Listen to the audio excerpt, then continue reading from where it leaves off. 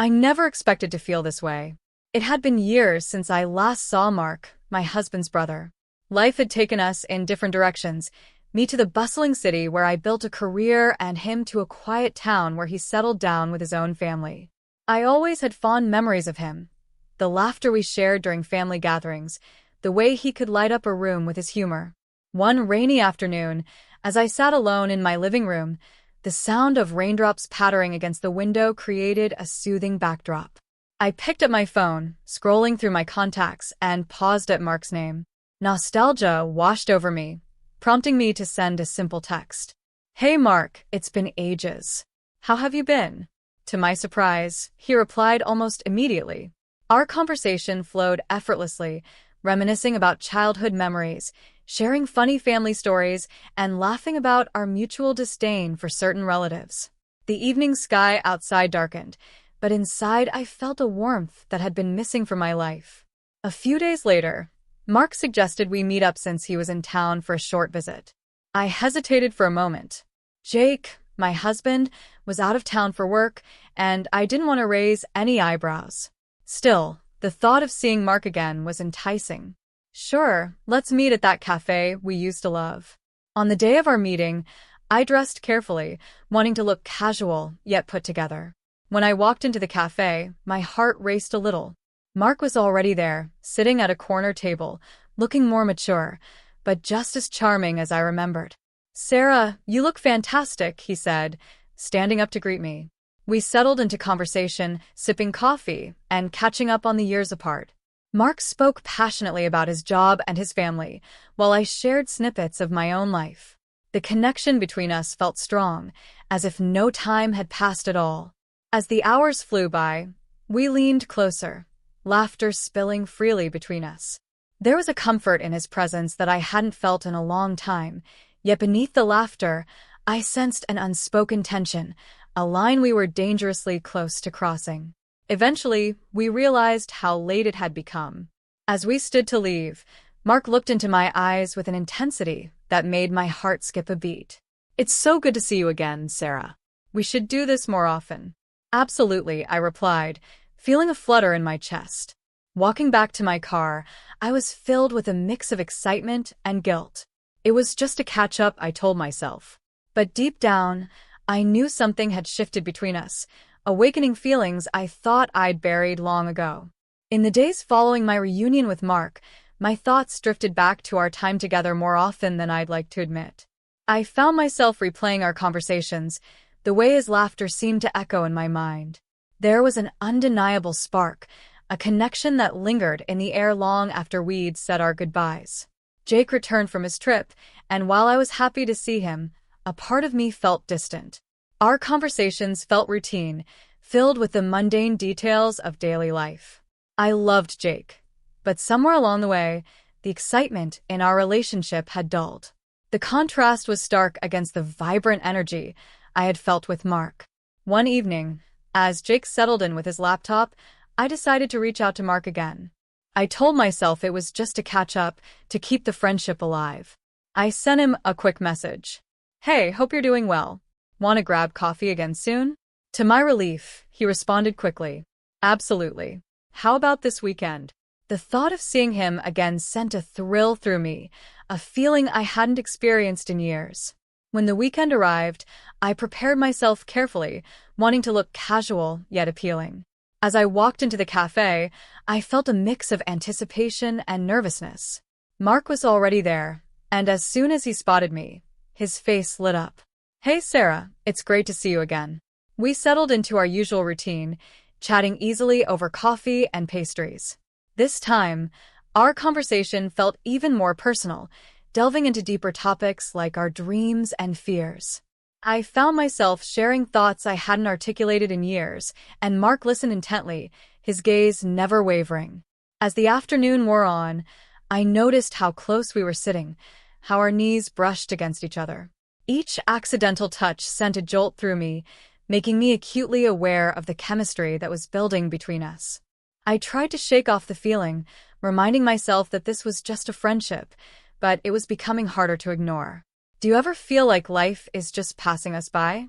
Mark asked, his voice low and thoughtful, like there's so much more we could be doing.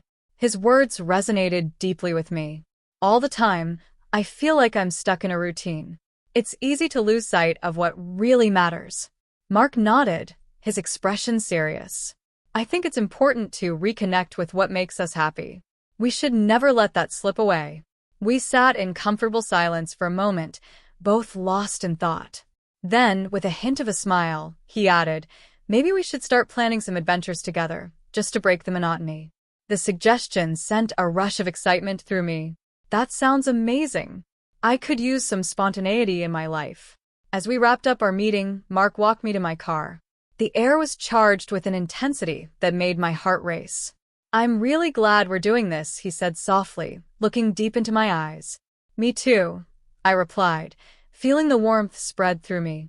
As I drove home, the thrill of our connection lingered. I was becoming increasingly aware of the line I was dancing along, one that could lead to something I hadn't anticipated. I found myself questioning what this all meant for my relationship with Jake. Could I really keep seeing Mark without complicating everything? The following weeks blurred together, with each coffee date with Mark feeling more significant than the last. Every conversation revealed layers of vulnerability and understanding that I hadn't experienced in a long time. I found myself looking forward to our meetings more than I should, and excitement blooming in the pit of my stomach. Jake noticed my distraction. You've been a bit off lately. Everything okay? He asked one evening, concern etched across his face. Yeah, just a lot on my mind with work, I replied, forcing a smile. The truth was, I was torn between the life I had built with Jake and the unexpected connection growing with Mark. One Saturday afternoon, I met Mark at a local park, where we strolled along the paths lined with vibrant autumn leaves. As we walked, the conversation flowed effortlessly, punctuated by laughter and shared memories. There was a sense of ease between us that felt almost surreal. At one point, we paused by a small pond, watching the ducks paddle through the water. Mark turned to me, his expression serious. I never expected to reconnect like this. It feels special, doesn't it? I nodded, my heart racing. It really does. I didn't realize how much I needed this. He took a step closer, his gaze searching mine. There's something about you that draws me in. I can't help but feel there's more between us than just family. His words hung in the air, heavy with meaning. My pulse quickened as I processed what he was implying. I took a step back, feeling the weight of the moment. Mark, we can't. I know, he interrupted gently. I just needed to say it. I value what we have, and I didn't want to ignore it anymore. I felt my heart race, a whirlwind of emotions swirling inside me. There was a thrill in his honesty, but also a wave of guilt crashing over me. I love Jake. I can't forget that. I understand, he replied, his voice softening. But love can be complicated. I don't want to hurt anyone, but I can't help how I feel. The tension between us thickened, and I felt a mix of fear and exhilaration. It was a moment of reckoning, where I could see the potential for something more, something dangerous yet intoxicating. I didn't want to hurt Jake, but the idea of exploring this connection with Mark felt almost irresistible. As we parted that day, my mind was racing. I drove home with conflicting emotions, the weight of my decisions pressing down on me. I was torn between the comfort of my life with Jake and the thrilling uncertainty that Mark represented. That evening, Jake and I shared dinner, but the atmosphere felt strained. I could barely concentrate on our conversation, and I noticed Jake stealing glances at me, his brow furrowed in concern.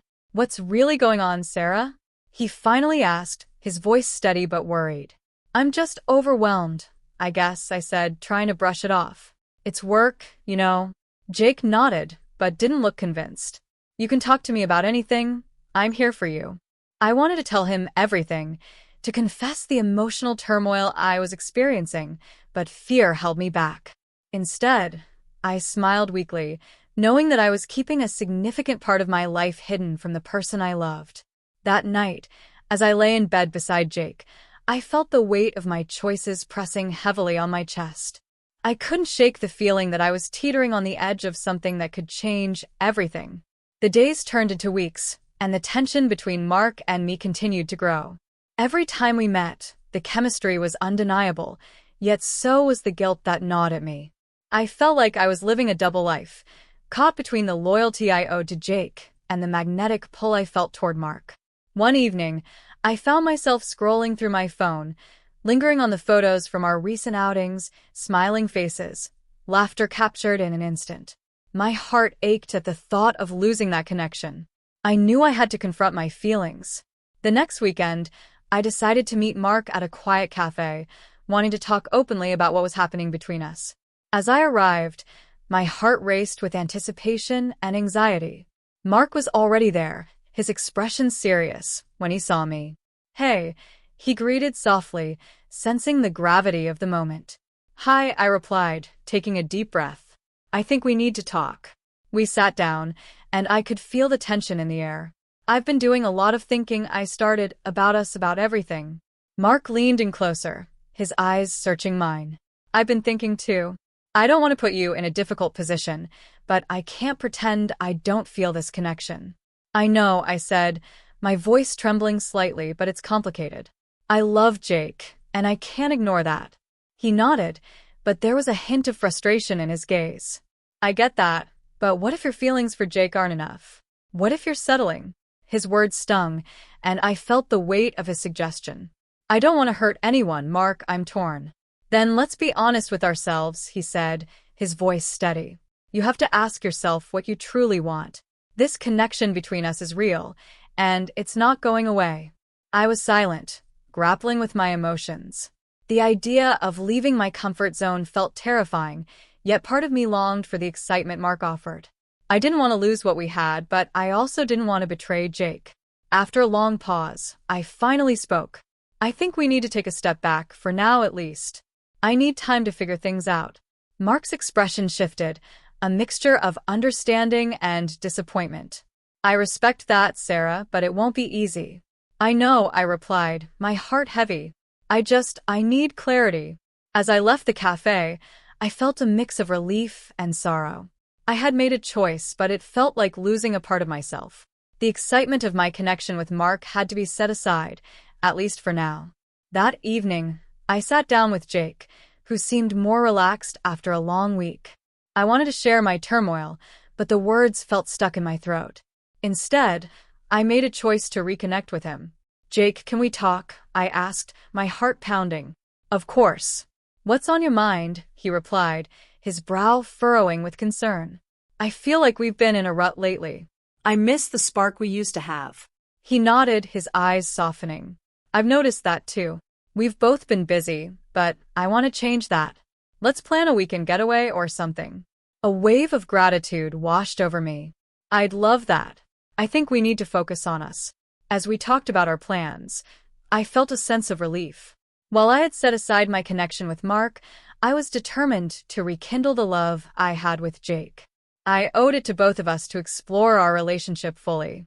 In the following weeks, I put effort into my marriage, planning date nights and finding joy in the little things. I still thought about Mark occasionally, but I reminded myself of the life I wanted to build with Jake. While our paths had crossed in unexpected ways, I realized that my heart belonged to Jake. The thrill of the unknown was enticing, but the love we had built over the years was worth fighting for. As I drove home one evening, the sun set, painting the sky in beautiful colors. I felt a sense of peace wash over me. I had made my choice and it felt right. In the end, love was about commitment, and I was ready to embrace the journey ahead.